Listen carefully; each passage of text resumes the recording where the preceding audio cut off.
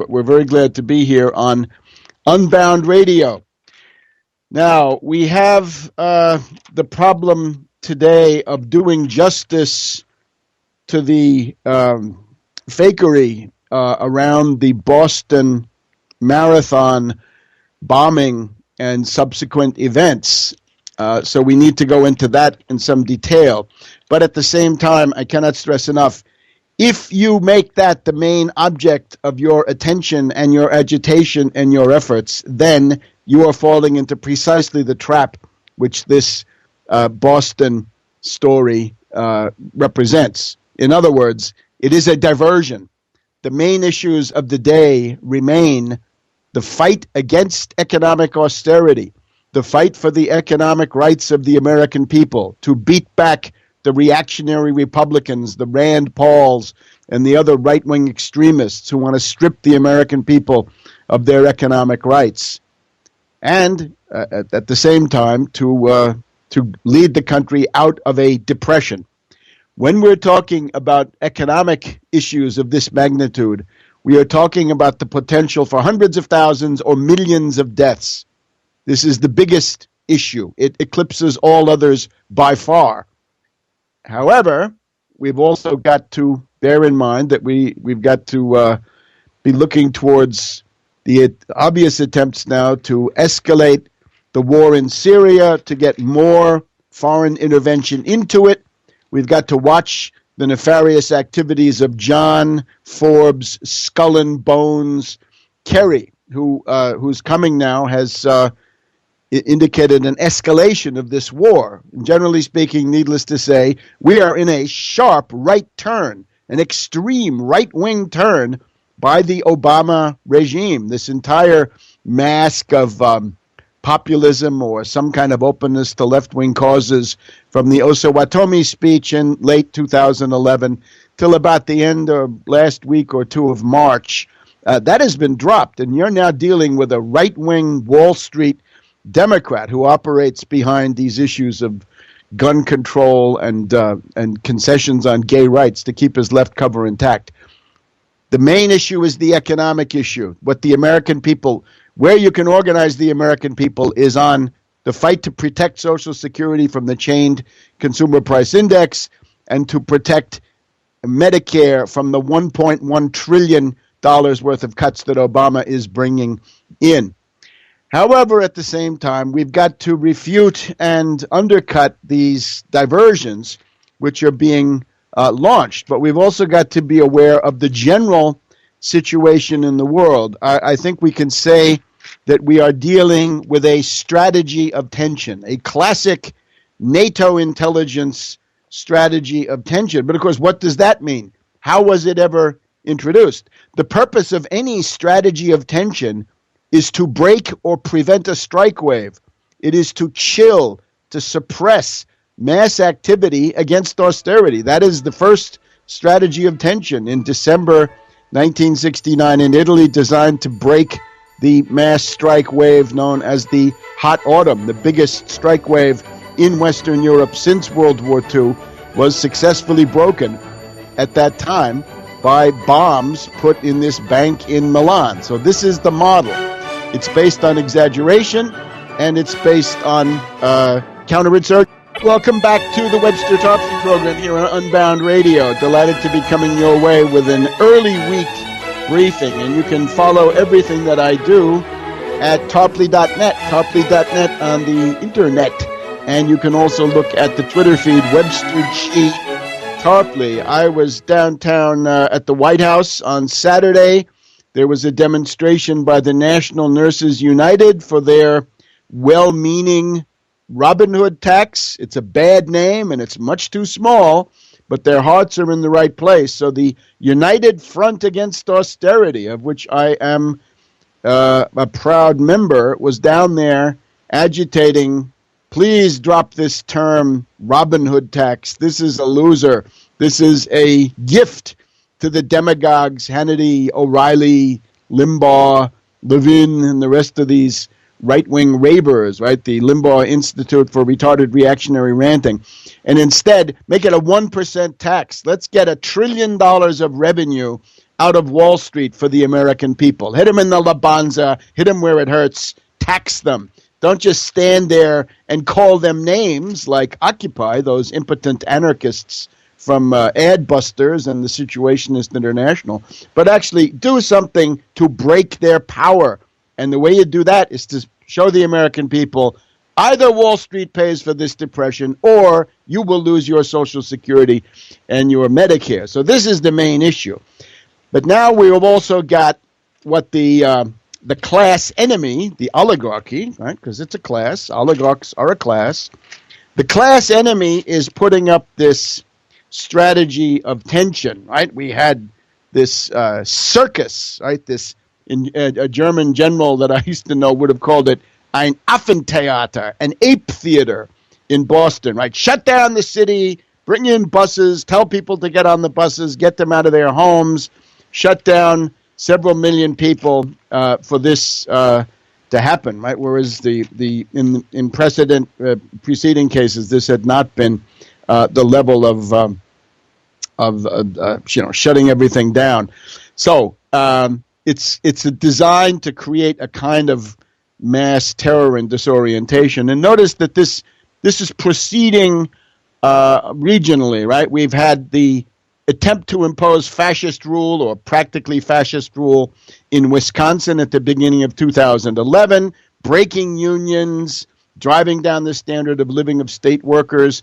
And then you've also got what we're in the middle of right now in Michigan, right, with the obvious neo-fascist governor Rick Snyder and his policy of sending in these austerity dictators to run cities, and it's now reached Detroit, right, after Flint, Benton Harbor, Pontiac, and so forth. So this is creeping fascism, but in different places, right? You're not likely to have somebody like Walker or Snyder in Massachusetts, so instead you've got Deval Patrick, a kind of, I've written about him, he's basically out of the same stable as Obama, right? A stable of political kindergarten, which also included, in a broad sense, Obama. So with Deval Patrick and these people, you can essentially break the spirit of a whole region of the United States by imposing this circus, right? Which was done around these tragic deaths, of course, which we condemn. And remember, our standing point is we're against terrorism. We're seeking to stop terrorism, and we have some ideas on how we can do that a whole lot better than the FBI seems to be able to do it. So now let's just look. The worldwide framework for this strategy of tension. Well, you've got the Boston Marathon bombings. You've got the ricin letters going to Obama and this senator, right? It's interesting that they have not gotten much attention. We've had that explosion at the Texas fertilizer factory, West Texas. And now we've got the Canadian train bombing. This is also quite interesting. The Canadian train bombing is attributed by Sergeant Preston of the Yukon, right, the Royal Canadian Mounted Police. They say it's Al-Qaeda of Iran. Al-Qaeda of Iran. Can we believe our ears? Have they just gone absolutely wild, mad, right? Do they have recent college graduates putting these indictments together based on recycled material from old term papers or creative writing classes or the internet? We're told it's Al-Qaeda in Iran, and then in parentheses, sick. Yes, that is really what we mean. So it's the attempt to bomb the New York to Toronto Amtrak train, I guess it is. And the Canadian Mounties, who always get their man, are accusing Chiheb Essegayer and Raid Jazer. And this, of course, is absolutely out of this world, because they're saying that the plan was made by Al-Qaeda circles in Iran. Now, there is a deep hostility, enmity, conflict between Al-Qaeda and Iran. They do not mix. To the average chauvinist, well, they're all foreigners, I guess. That seems to be the common denominator, right? And they're all some version of Islam, I suppose. But this is fundamentally wrong. The idea of Al-Qaeda in Iran is an invention. And it's a rather maladroit, stupid, invention of very, very low credibility. So the idea is that the plot was concocted by a certain Suleiman Abu Ghaith. And Suleiman Abu Ghaith was a leader of Al-Qaeda in Afghanistan, but when the U.S. came in, he fled to Iran, and he has been operating in Iran for 10 years, or at least he was, until he somehow came out of there, went to Turkey, got kicked out, went to Jordan, and somehow has now ended up in the net. The basis of this whole caper is an article by a terrorism expert, and these people are the ones you want to watch out for. They are not trustworthy. They are mercenaries. They are charlatans and what have you. But in this case, it's an article by Peter Bergen, and I've tried to act as a corrective to some of his mystifications in the recent past. Peter Bergen has an article called Strange Bedfellows, Iran and Al-Qaeda. And the idea is that somebody, some character, Saif al-Adel, another Al-Qaeda leader, is also operating from Iran. Notice, they don't say it's the Iranian government. They're not trying to pin this on Ahmadinejad, but they are alleging that it comes from Iran. So that's, from their point of view, that may be just as good, right? You can say the United States government has now decided to attack Iran because the Iranian government has been unable to prevent Al-Qaeda from operating from its territory. You get the idea. As soon as it's Iran, you better watch out. If the FBI had come forward and said the bomber in the Boston Marathon was a North Korean, would you have believed that? A Syrian, how about that? Or an Iranian. Well, they didn't do it there, but they've come rather close. We've now got Iranians, or the Iranian territory, being accused of being a terrorist sanctuary. So you look at that, that's a rather heavy dose of strategy of tension. Boston Marathon, Ricin Letters, Texas Blast, Canadian Train. There's constant bombing going on in Iraq. I guess this maybe doesn't factor in so directly, but you do get the idea. And we've also got a car bomb has gone off at the French embassy in Tripoli, Libya. It is the first attack on a Western embassy. It's the first attack by, I would say, death squad forces inside Libya against the embassies of the NATO countries that overthrew Gaddafi in the infamous bombing campaign and death squad invasion of 2011. Now, there may, of course, be an attempt by the agents of the controlled media to say, oh, this bomb, the car bomb at the French embassy in Tripoli, is the work of pro-Gaddafi nostalgics. Right? So they'll say, no, it's not the wonderful death squads, the Salafists and the jihadis and the Belhaj people, right, that we brought in, the Al-Qaeda in the Islamic Maghreb, or the these other groups. No, it's not them. It's those Gaddafi holdovers. The French Foreign Minister Fabius has been flown in. Kerry, John Forbes, Skull and Bones Kerry, our blue blood oligarch Secretary of State, under whom things have gotten hot fast. Typical Skull and Bones, I guess. Kerry is telling us, get ready for Syria to use chemical weapons. The Israelis have already said Syria has used chemical weapons. So the buildup of the chemical weapons story, which is obviously can only be an attempt to create the basis for an armed intervention, that is going on. Even though the NATO powers continue to tell the Syrian death squads that they're not going to get an invasion in their favor at the most recent meeting, this is a separate track. And once the chemical weapons stuff reaches a certain level, then the pretext for the invasion, or bombing certainly, more likely, is going to be there. All right, so now let's look at the situation with the Boston Marathon. Now, I have to, quoting oneself is never a very elegant procedure, but there's no way around it.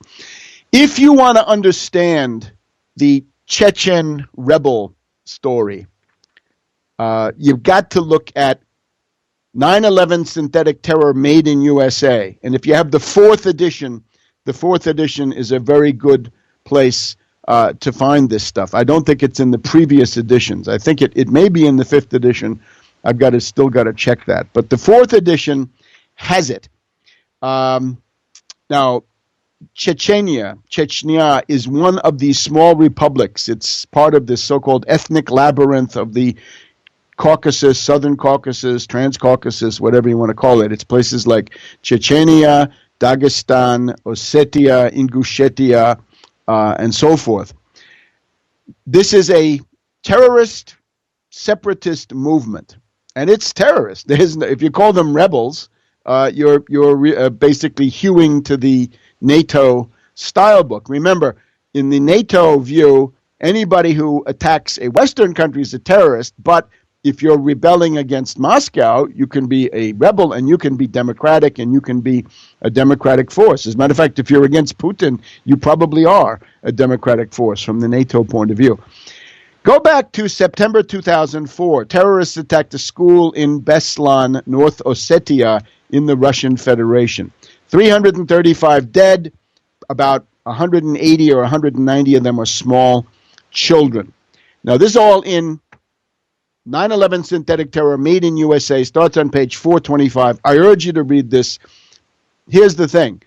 The Russian media and the Russian government are pulling their punches right now, which I think is not wise, but they're doing it. They're not giving you the full story on who's behind the Chechen terrorists, because this is now a hot thing. And the issue, of course, is who's behind the Chechen terrorists. The CIA is behind the Chechen terrorists. The U.S. has acted as a sponsor. I don't know if it's the sponsor, but certainly a sponsor. U.S., CIA, along with the MI6, of course, historically there, and probably Saudis and Qatar to provide the money. But in the case of the guy who did the attack on Beslan, North Ossetia, this is the infamous Shamil Basayev, and Shamil Basayev is notoriously a CIA agent. So at the time that this happened, shortly after it, within a couple of weeks, Putin had essentially delivered an indictment to the international press, which I'm going to give you a summary of here in the next segment. But the overarching fact, without which you can't understand anything, is that the Chechen terrorist, rebel, separatist movement, call them the terrorists, that is a creature of NATO intelligence. And that is the mother, the milieu, the patsy milieu from which this all emerged. So we'll be back in just a minute on Unbound Radio with the Webster Tarpley program. Welcome back to the Webster Tarpley program here on Unbound Radio. Now, framework is when Putin was speaking somewhat more bluntly than the Russian government has now. Let's say Putin before the Medvedev era. Putin before the Medvedev era was rather more blunt about this entire complex of problems. And what Putin was doing was essentially in September of 2004, at the beginning of right after this Beslan school event, Putin invited 30 Western correspondents to his dacha outside Moscow, his summer house, country house, small country house. And he talked with them for 3.5 hours about what had happened. And he said that essentially delivered an indictment against the Western intelligence services for what had just happened, although he did this without naming them. So I'll give you the version from Le Monde. Daniel Vernet, Monsieur Poutine accuse et s'explique sur la guerre totale au terrorisme. Le Monde, September 8th, 2004. U.S. press naturally, got rid of this, right? They junked it. Monsieur Putin restated the accusation he had launched in a veiled form against Western countries which appeared to him to use double talk. On the one side, their leaders assure the Russian president of their solidarity in the fight against terrorism. On the other hand, the intelligence services and the military, who have not abandoned their Cold War prejudices, in Putin's words, maintain contacts with those Chechens, in this case, whom the international press calls the rebels. Why are those who emulate bin Laden called terrorists, and the people who kill children in Russia rebels? Where is the logic? And then Putin answers his own question. Because certain political circles in the West want to weaken Russia, just like the Romans wanted to destroy Carthage. But we will not allow this to come to pass. It is, according to Putin, a bad calculation because Russia is a factor of stability. By weakening Russia, the Cold War nostalgics are clearly acting against the interests of their own country. In Putin's words, we are sincere champions of anti-terror cooperation. We are open and loyal partners. But if foreign services have contacts with these rebels, i.e. terrorists, they cannot be treated as reliable allies in the way that we want to be for them. He declines to name the countries.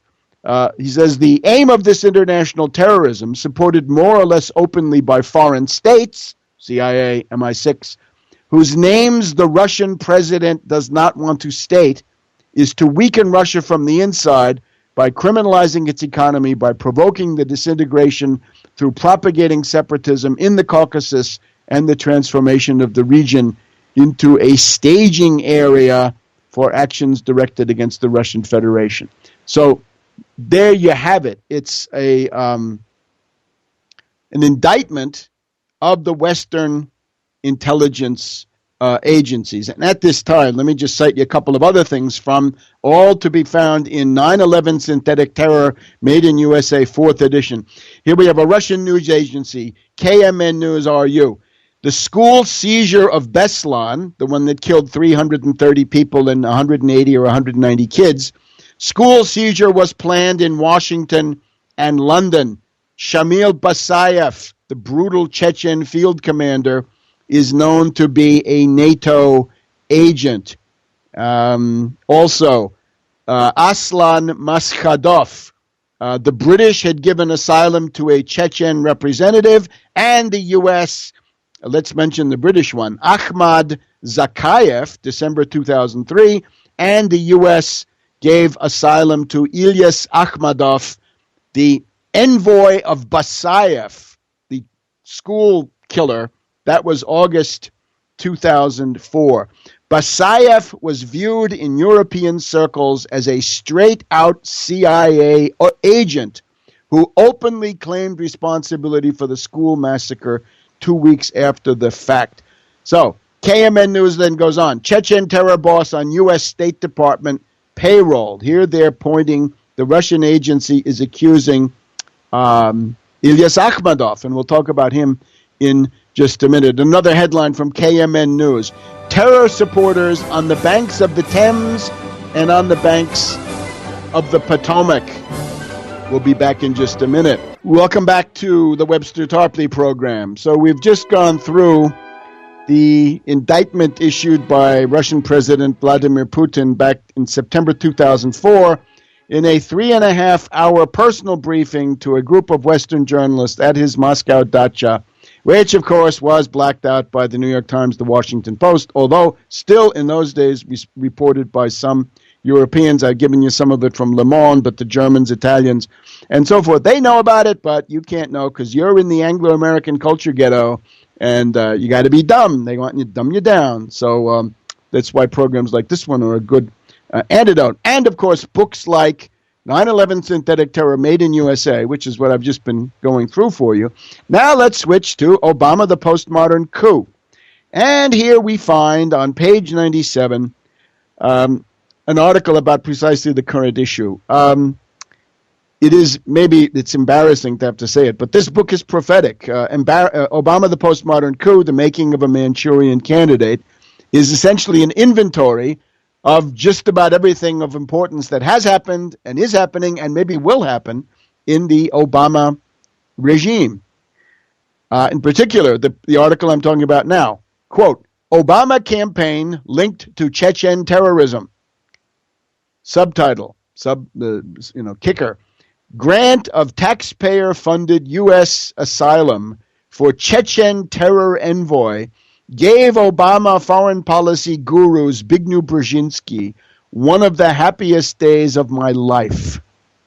February 2nd, 2008, more than 5 years ago, I'm writing about Obama campaign linked to Chechen terrorism. And here's the idea. We've got this guy, Ilyas Akhmedov, the representative of the Chechen rebel movement. He's a representative of Aslan Maskhadov and Shamil Basayev, both dead, both killed by the Russians in firefights or other operations. But we've got Ilyas Khamzatovich Akhmedov. We've had him in Washington, and he's had not just asylum, but he's had a Dante Fasel Ronald Reagan fellowship that gives him an income. He's paid for by you. You pay for his office. You pay for his secretary. You pay for his travel budget, and you pay for his public relations budget. And unfortunately, the presence of Ilyas Akhmedov he's largely a protege of the Brzezinski family, in particular of Zbigniew Brzezinski. And the idea, of course, is, this was implicit in some of the things Putin was saying, you have Cold War anti-Russian nostalgics in the U.S. Power structure who want to promote the Chechens because this is a huge way to destabilize the Russian Federation. I would love to hear the Russians really tell what they know about this, but they're obviously not doing it. So I have to do within my own limits what I can. And of course, these are petty Polish aristocrats who just hate Russia, and they want to use the United States as a vehicle for such hatred. So we had a big fight about whether Ilyas Akhmedov should get asylum in 2003, 2004, and we had the Russian embassy coming in saying he's a terrorist. There's no doubt about it. We have proof. Russia has demanded the extradition of Ilyas Akhmedov as a terrorist, as a killer. The United States says no. The Russian media then says, how would you feel if Moscow were a sanctuary for Osama bin Laden, that he could operate there and be paid by the Russian government?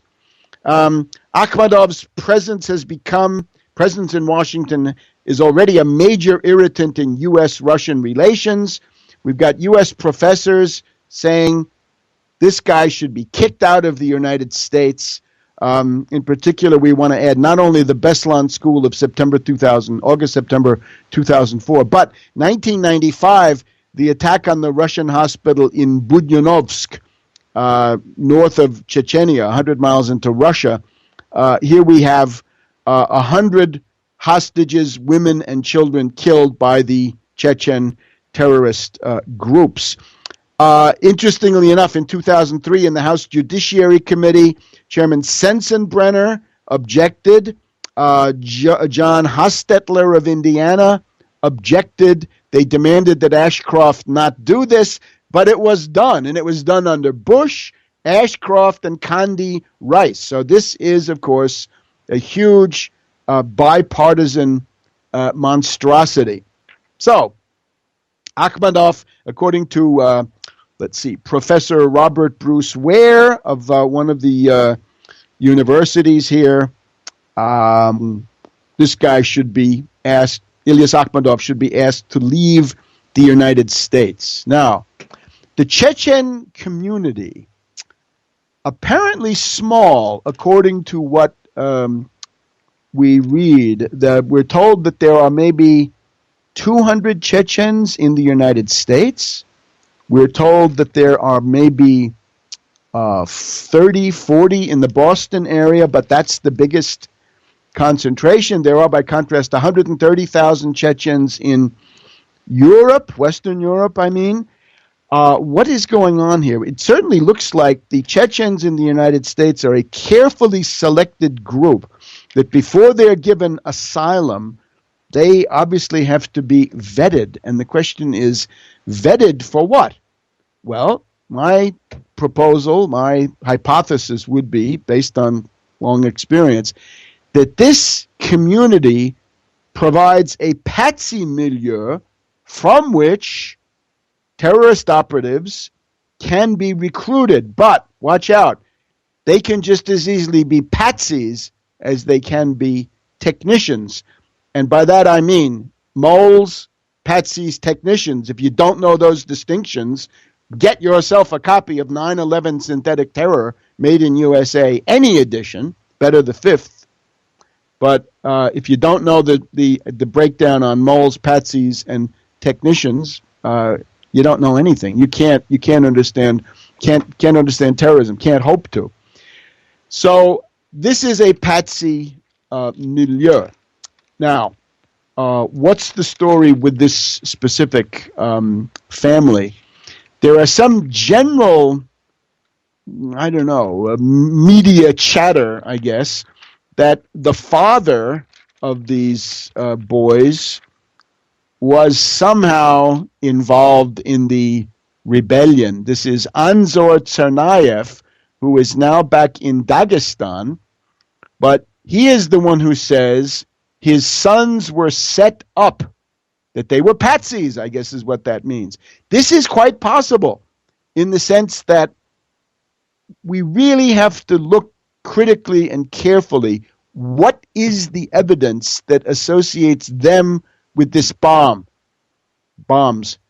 Those pictures don't cut the mustard, and other things that we're told don't cut the mustard. This entire story of what supposedly happened on Friday morning with the attempt to hijack a car, rob a 7-Eleven, first, yes, rob it, then not rob it, I don't know.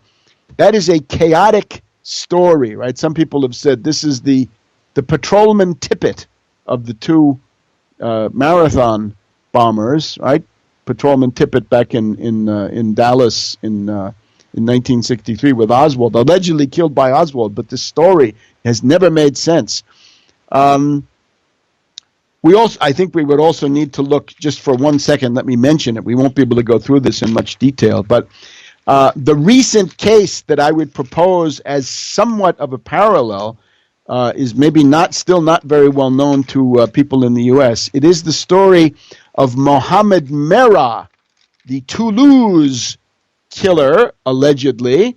This is the killer of Jewish school children at a Jewish school in Toulouse in southwest France about a year ago now.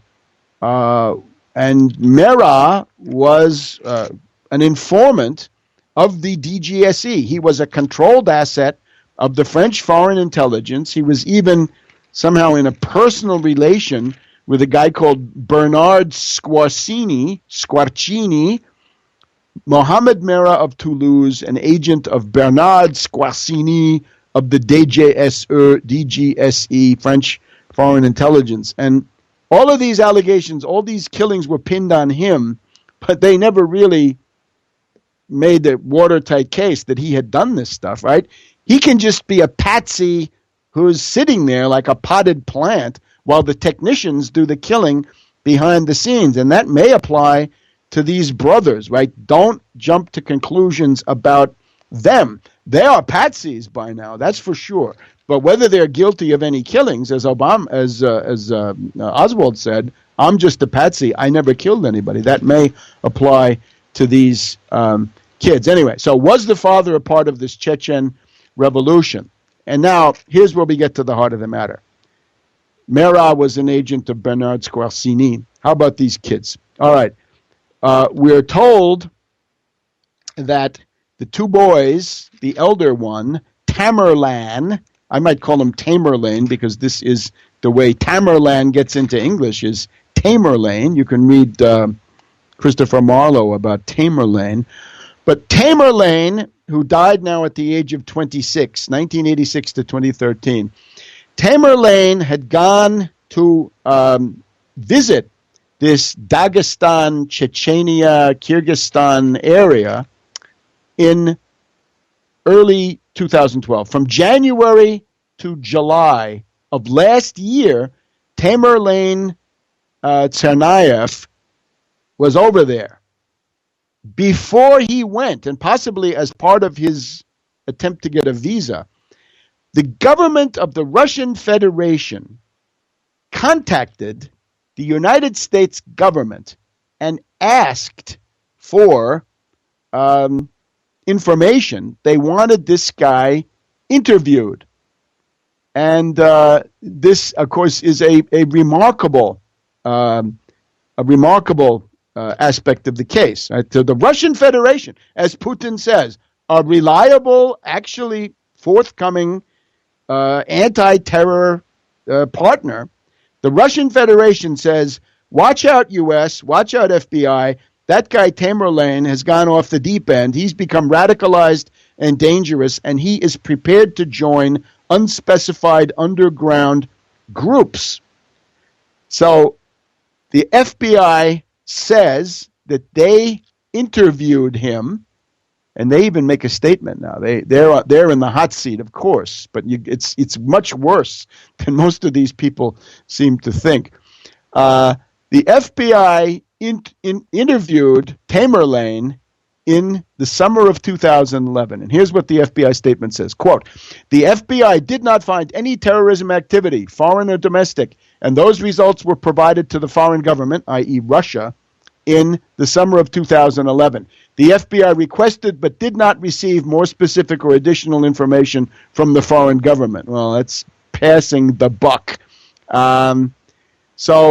Among others, we've got Congressman Michael McCaul, M-C-C-A-U-L, Republican of Texas, chairman of the House Homeland Security Committee, says, this is bad. It's new information to me. It's very disturbing that he was already on the FBI radar screen.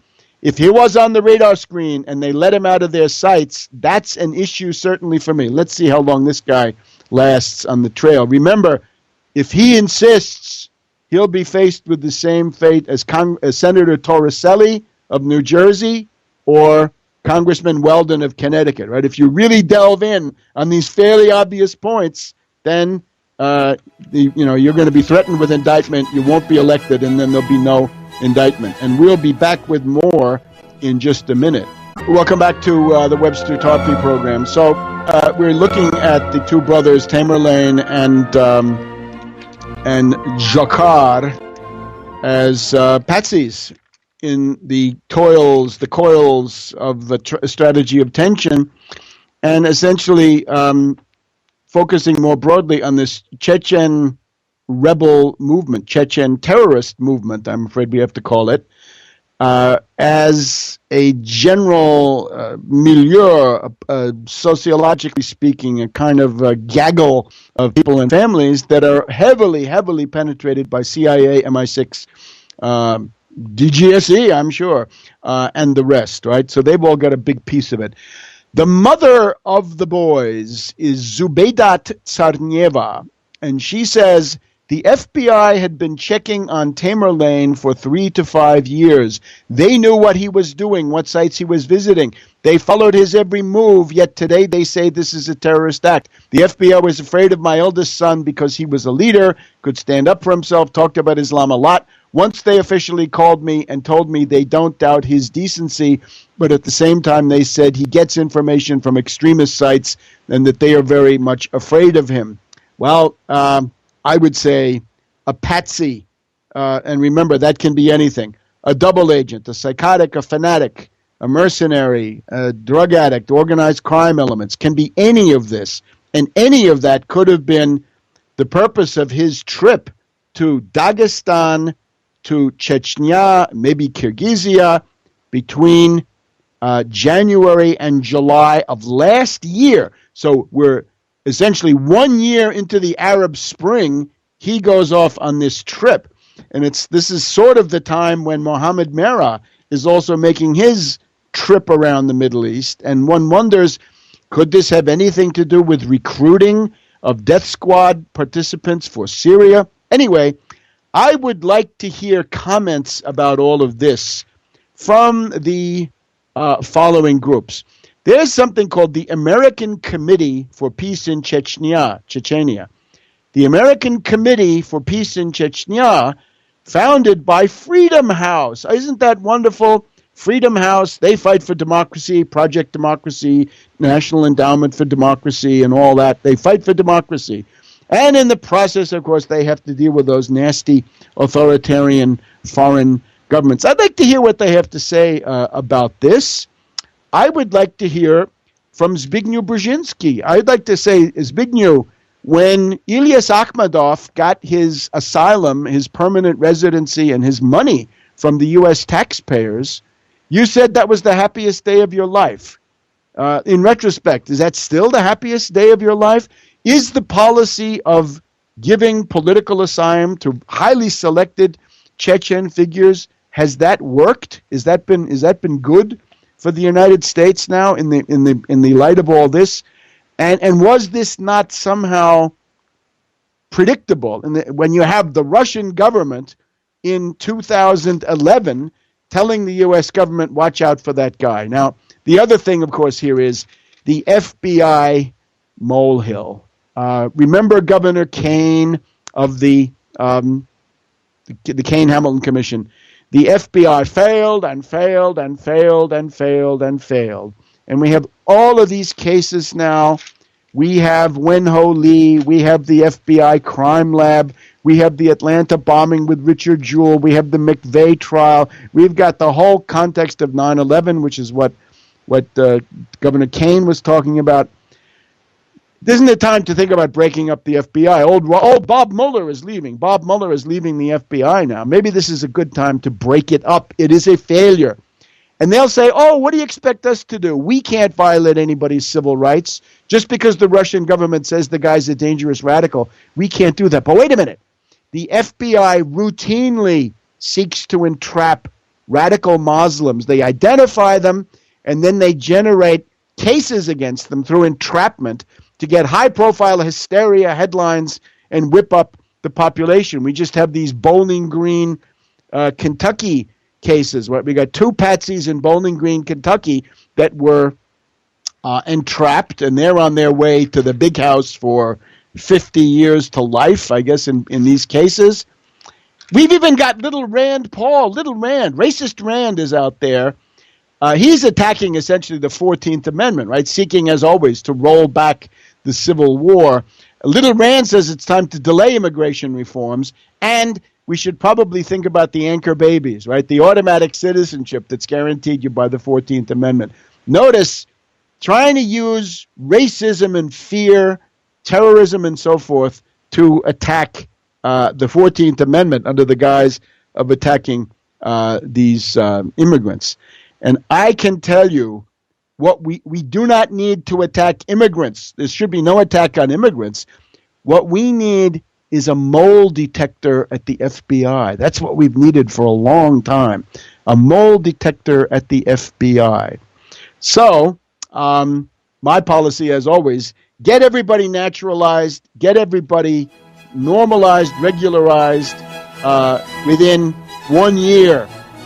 And we'll be back next week with the Tarpley program, and you can keep up at tarpley.net, tarpley.net. See you next week.